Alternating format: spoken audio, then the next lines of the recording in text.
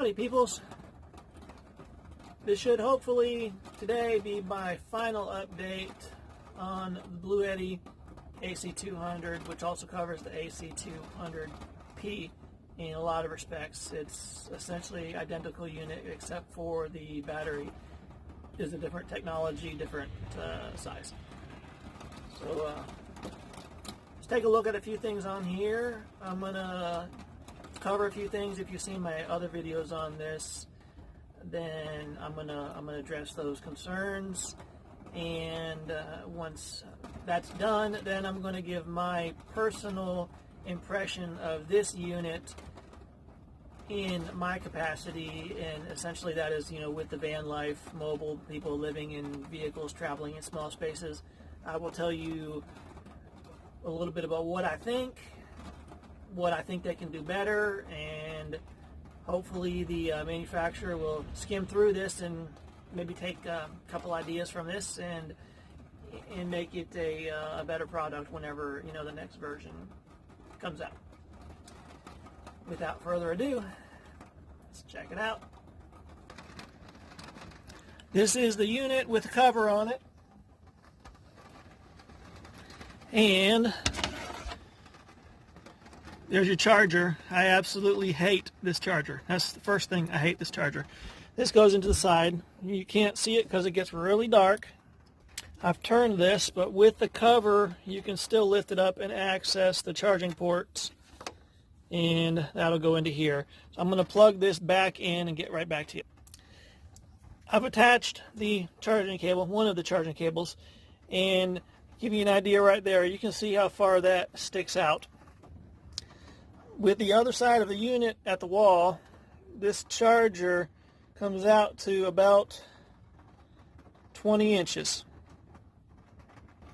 The unit itself is 17 inches wide, and with this plugged in, it brings it out to almost 20.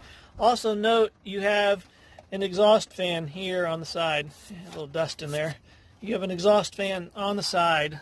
You have your charging on the top. On the other side, you have another exhaust fan. There's your handles. So when you leave room, you have to leave room on this side for that fan vent. You have to leave room on this side for that fan vent and the charger. So by the time you have it all figured, this unit effectively has to be 24 inches, almost 2 feet wide for the charger, space for the charger and for airflow on the sides of it, which is a severe lack of thinking on space considerations as far as utilizing this in a small vehicle in a van. As a standalone unit, it's not a big deal.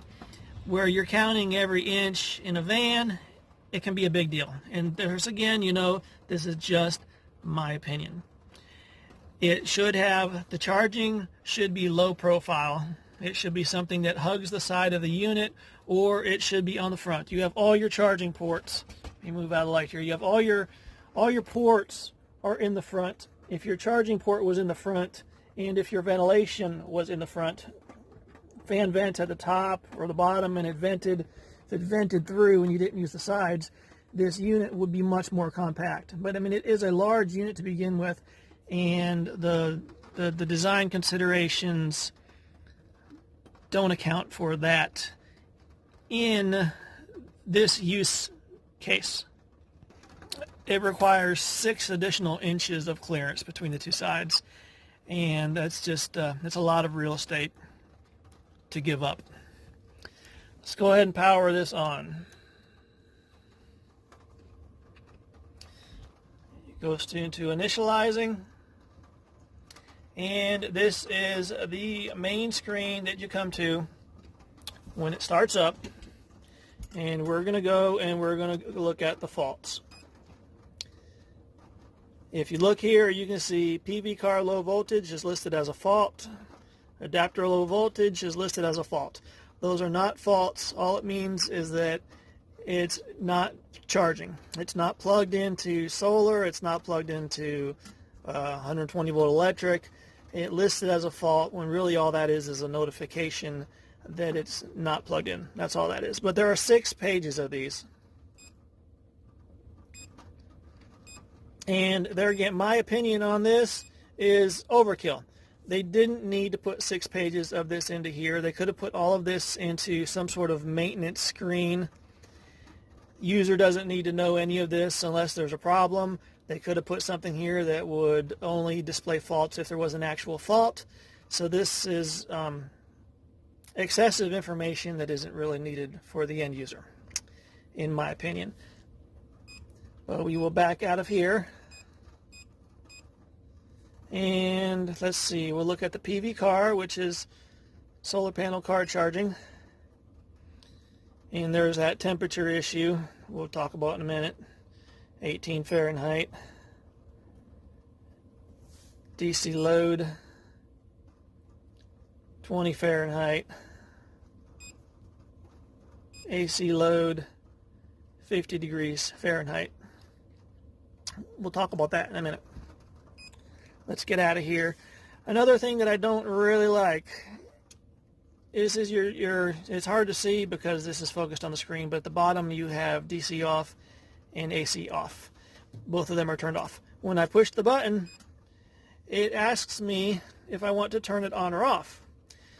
This essentially is a confirmation screen to confirm that I want to turn it on or off. The problem is that the unit is already off and the programming should know that it's off. So all it should be is a confirmation to turn it on. And then I push the button and it would turn it on. Same thing with the AC. AC is off. There again, it comes with a screen that asks me if I want to turn it on or off. It already is off. It should already know it. That should just be a confirmation that I in fact did push the button and that is what I'm intending to do. So that there is just a minor little programming adjustment that I feel that it needs. Other than that, she works. I've already gone through all the outputs and whatnot on the last video, so I'm not going to get to any of that again. But as far as comments and suggestions on this, the biggest thing beyond that temperature issue that I see is it's a poor design for limited cramped spaces. If they reposition the venting fans and reposition the charging and make everything in the front, as when you're using this, you're going to have wires coming out all over here, hanging down. So the front has to stay open, and there's going to be things happening here. This is just a blank panel with nothing on it. If they had designed this differently, you could have vent fans here sucking in and blowing out, something like that. And there's plenty of real estate down here where they could have also done the charging ports, could have also been on the front. That way you could build this into a cabinet. Say you wanted to build this into your counter in your van build, you could build your counter right up to it. Cabinets can go down. You don't need any extra space. You don't need space in the back. If you built this in and built this at your counter height, you have your charging ports right here at counter height. You just set it into your thing. That'd be at your counter. That would actually be really, really nice use of space, because when you're not using that, this is pretty durable. You could use this just to set stuff on here and there, and it could be extra counter space. But here you have to have those big air gaps on each side with the way they designed it. So if you guys see this, Bluetti, Max Oak, put everything up front. When you redesign this on the next model, put everything up front. Give us that compact, space-saving format that we need.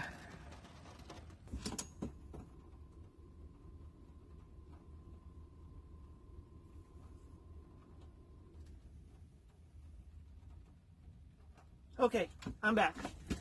I apologize if the lighting isn't perfect in here. It's a rainy night. I'm in my van. I may have already said that. I don't know. Apologize again. And if I've already said it, then I apologize for apologizing twice. This guy here, a couple other things that I did want to point out. These lights, see if I can dim the lights just a little bit. Okay, these lights on the unit, constant on. They don't dim, they don't turn off. It'd be nice if they did. This is your 25 amp, 12 volt plug which just happens to use the same connector that you use to charge the unit. The problem is that you only get one. So you're either using it to charge or you're using it to discharge.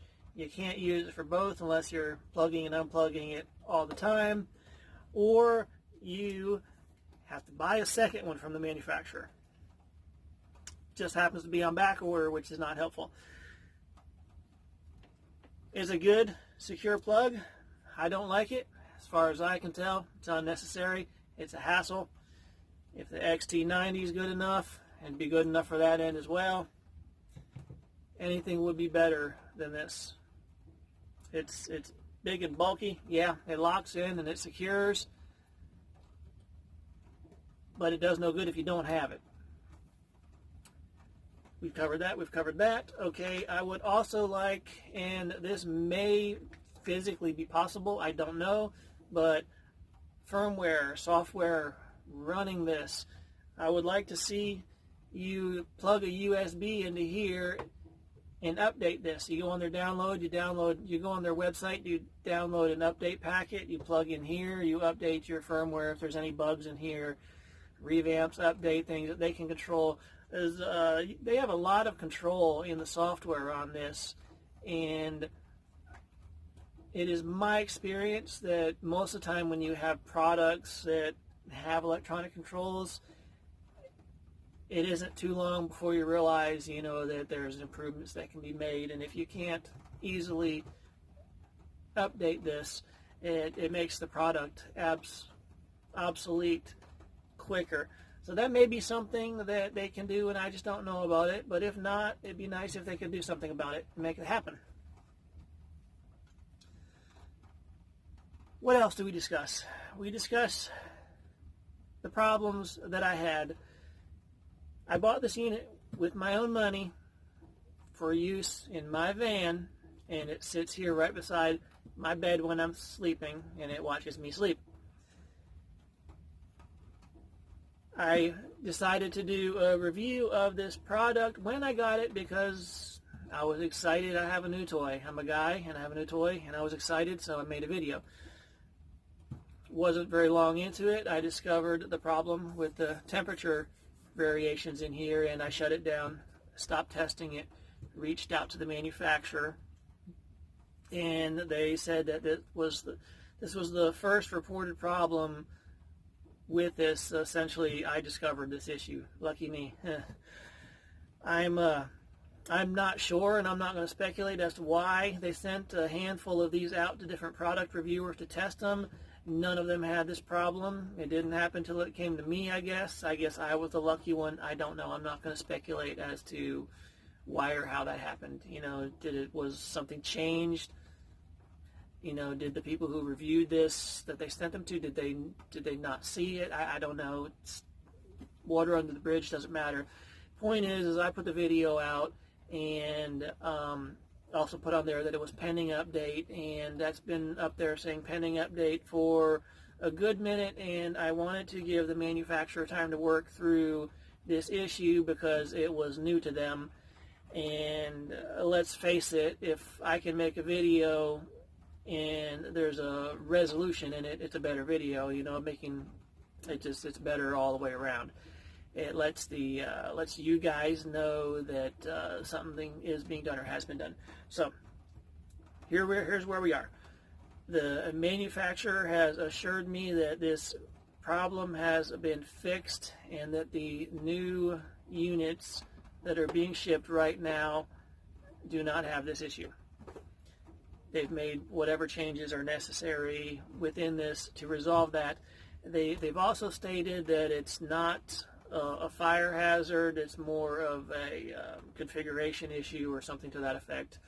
Anyway, so they're saying it's not a fire hazard and that it doesn't affect the performance of the unit, but I am sending this one back because this sleeps right beside me and I'm just not comfortable at night with it there.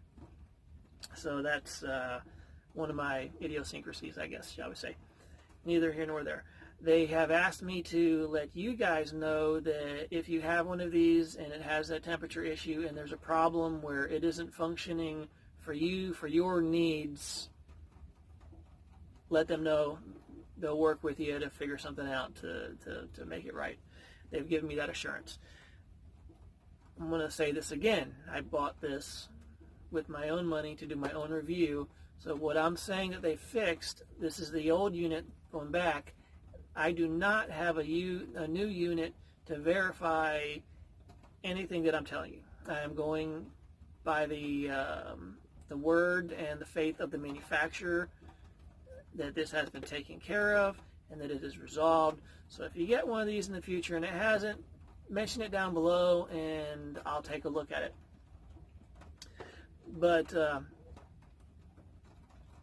I want this to be a good product. I want them to make some of these changes that I've mentioned in future updates, and good products that make van life easier, that make having power easier, are needed and welcomed in our community, and it really would be nice to have a top-notch product. So the little things I've picked on in here, it's not to insult the manufacturer, it's not to degrade the product, it's more of a wish list, and kind of if it was me designing it, this is what I would have done a little bit differently. And I hope they're able to take that to heart to give us better products in the future. And yeah, so that's the report.